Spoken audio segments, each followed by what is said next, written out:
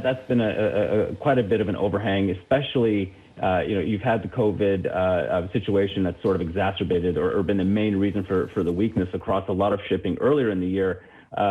Dry bulk is the biggest risk over the long term is the coal trade. That represents maybe about somewhere between 25 and 30% of all cargoes carried. And so it's a significant piece of the pie. And so long term, there's questions on coal consumption and how that's going to lead to, or how that's going to shape the dry bulk trade going forward. But in the near term, we've also had the impacts of the China-Australia trade spat. And we have seen the Chinese recently raise import quotas of coal, but not from Australia.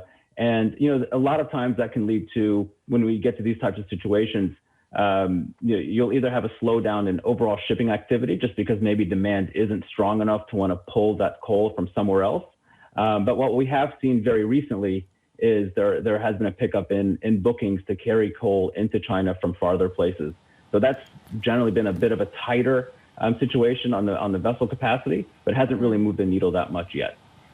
Sure, but could you speak a little bit more about, the trade between Australia and China, which is a very active coal trade, largely linked to dry bulk, because we were just picking reports on how 60 ships, Australian ships, are still blocked at Chinese ports. And so what does that mean for the overall trade environment and rates in general for coal in specific?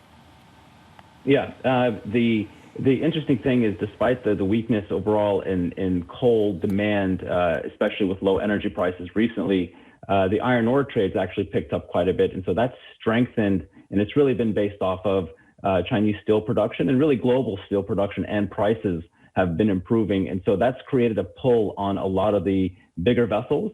And so you've got a lot of ships tied up in China just to offload iron ore. And on top of that, you've got vessels that are stuck trying to find a home with respect to that coal that's coming from Australia. And so in the near term, it's had a tightening effect on vessel capacity, Sure. and we'll just see how long that plays out.